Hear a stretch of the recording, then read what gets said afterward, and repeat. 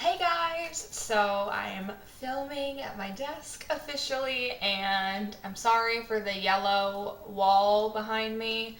My guest room was yellow when we moved in, and I absolutely hate it, but I just haven't painted it the color I want yet because I just barely figured out what I want to do with it.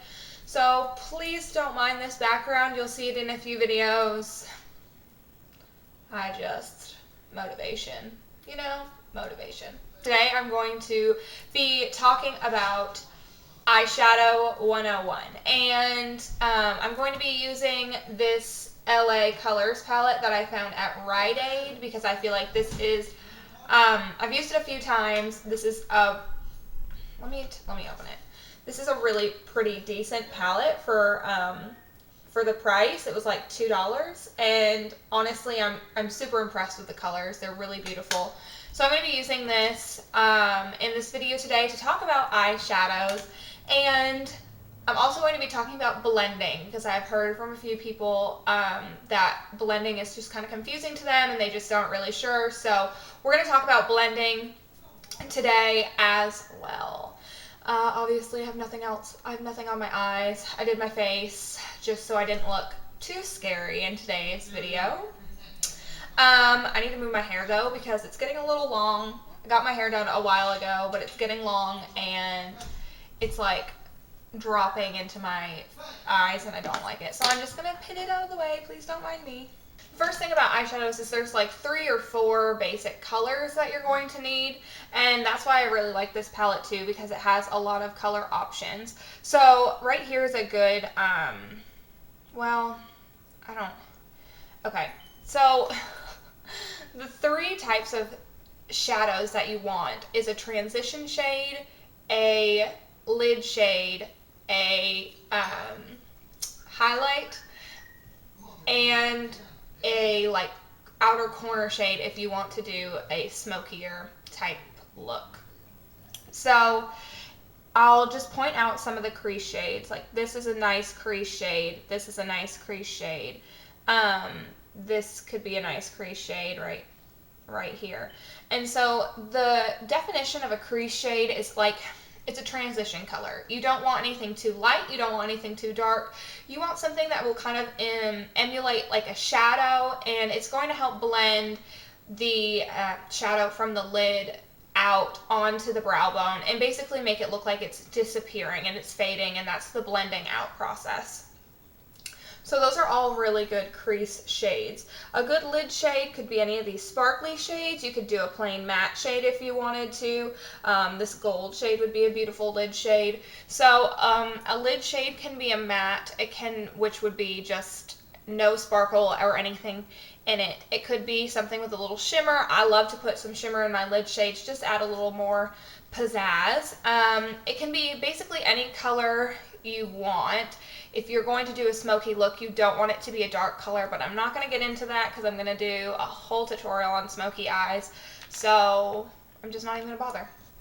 But I really like these shiny shades for lids. Like these are really great for lid shades if you want a little pop. If you don't want to pop a color for a lid shade, let me find one in here.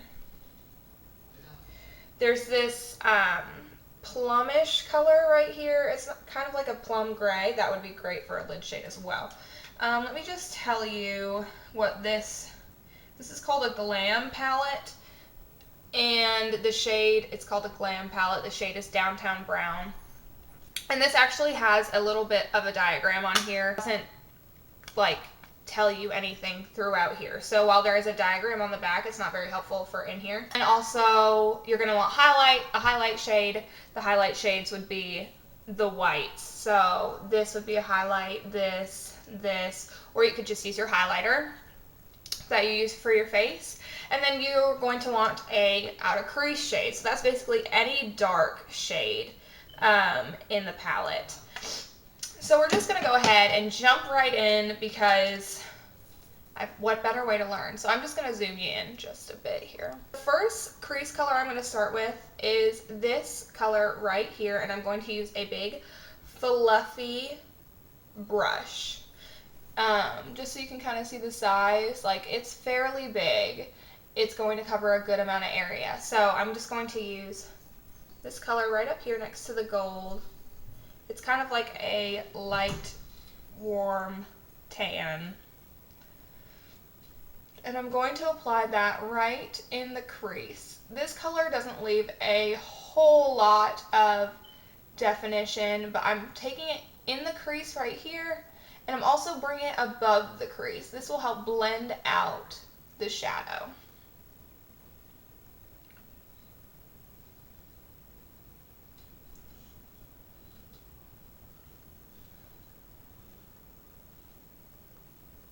You see I'm using windshield wiper motions back and forth, just blending that out. So you can't really see too much color difference. There's just a tad, but that's okay. The thing I think people don't realize about blending a lot is you want that gradual gradient of color, and you only get that by layering colors. So you're not going to just apply a color and blend it out and it's going to look beautiful and blended. It doesn't work that way. I wish it did, because that'd make life a lot easier. Next, I'm going to use this tan color here. I just used that, so I'm going to use this one right here. And this same fluffy brush, and I'm going to apply that in the same area just to deepen up the color a little bit.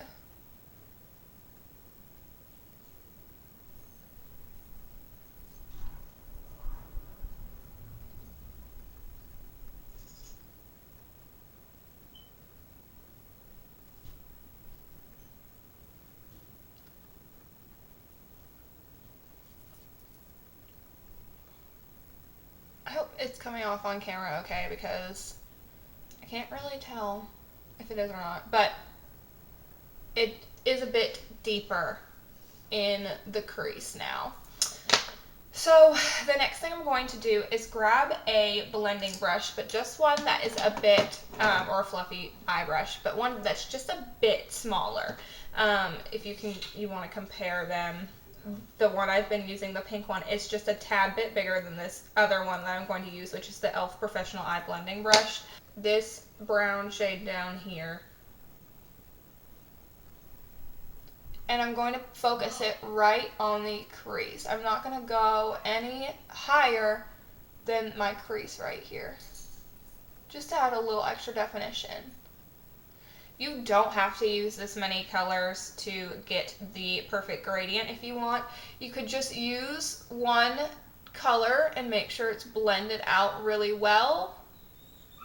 And I'll show you how that process works in a minute, but you could just use one color, bring it out, focus it again on the inner crease just to deepen it up, and then blend it, and it would be fine. But these colors, while they are surprisingly good, they're not that great, which is why I'm layering them. I mean, they're worth it for $2. I would totally go for it, but you do have to work a little bit more than you would for maybe a more expensive type palette. Okay, so now you definitely should be able to tell the deepness in the crease. So we're going to move on to a lid shade, and you can use a flat, like a packing brush, like a brush like this. That's really great. It's flat and it's really good to pack shadow on. Or you can use your finger, which I like to use my finger a lot, and that's actually what I'm going to do now, just because I feel like it just puts all the color there. I'm not really sure. I just like it.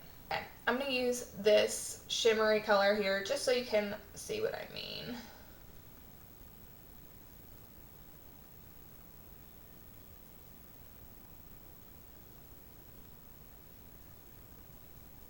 And I just put the lid shade right on the lid. You don't go into the crease, you just pack it on only to the lid.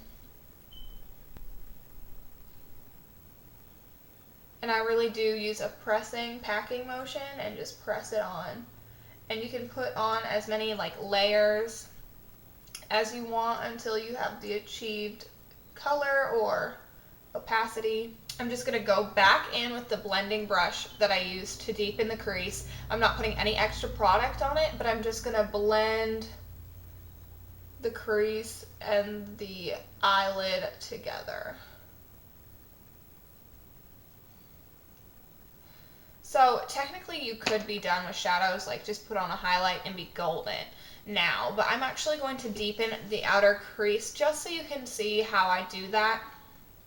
And I'm going to go in with an even smaller little brush. This is the e.l.f. Professional Eye Crease brush. Compared to the blending brush, it's significantly smaller. So I'm going to use the crease brush, and I'm just going to get a slightly darker shade. I'm actually going to use, since we've used browns, I'm going to use this brown down here. And I'm tapping off the excess into the tray because we don't need a ton. And what I like to do is kind of dab it in the corner and then make a horseshoe circle motion.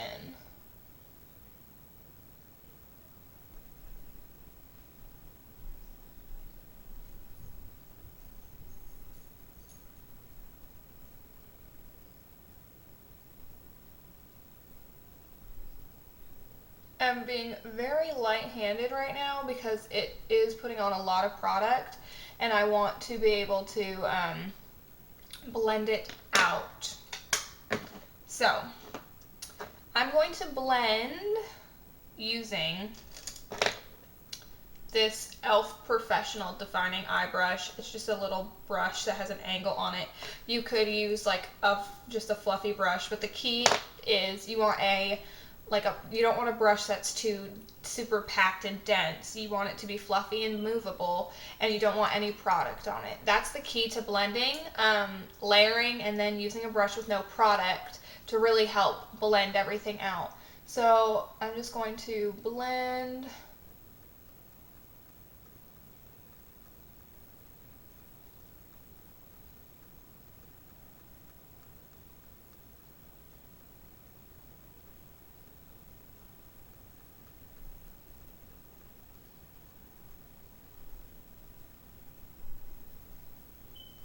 And I did go into the crease just a bit more. You don't have to do that.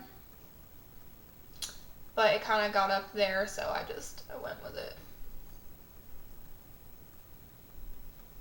So as you can see now, I'm blending above where I placed the shadow. I'm just blending everything else that was on top. Those first few colors we did, I'm just blending them out with this brush, doing windshield wiper motions, and sometimes you have to blend for a long time. That's just kind of how it is. It just depends on how much you use and what kind of product colors they are and all that stuff. Blending is time consuming, so you can't expect to just whoop, whoop, whoop, whoop, and you're done. Like, you have to really look at it and focus. But what I like to do, a little trick I have for blending out so that it doesn't take so long, it's not quite so tedious, is that you can use one of these little highlight shades, and there's some in here that are like this one, which is not really coming across, but it's actually more of a like skin tone color. So I'm going to pick some of this up on this blending brush I've been using. I'm going to apply it right underneath the brow, and I'm going to pick up a little bit more, and I'm going to just drag it down a little bit. So what that does is it helps blend out the colors.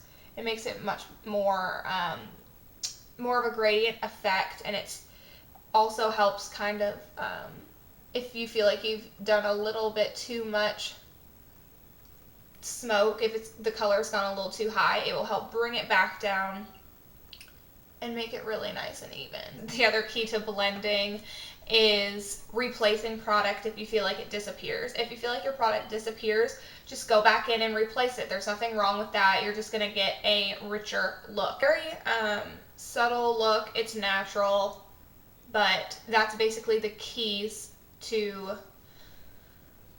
eyeshadow. You want a lid shade, a crease shade, a highlight shade, and then if you want an outer corner shade for a little bit of depth, you can do that as well. For blending, do layers, and also always use a brush that doesn't have product on it to blend out, because that's really going to help give you a beautiful look. Windshield wiper motions across the eye and keep at it. The thing with blending is you just have to keep going, and there will come a point where you'll be like, there we go, that looks good. So those are my tips for you for eyeshadows and blending. If you have any other questions or comments, please leave them down in the description, in the comments below. As always, I'll put everything I use, like this handy little palette, in the description bar below. I hope it was helpful. If it wasn't informative enough or you guys are still confused, please let me know because I can go in more detail. Anyway, I hope you guys enjoyed it, and I hope you have a wonderful rest of your day. Bye!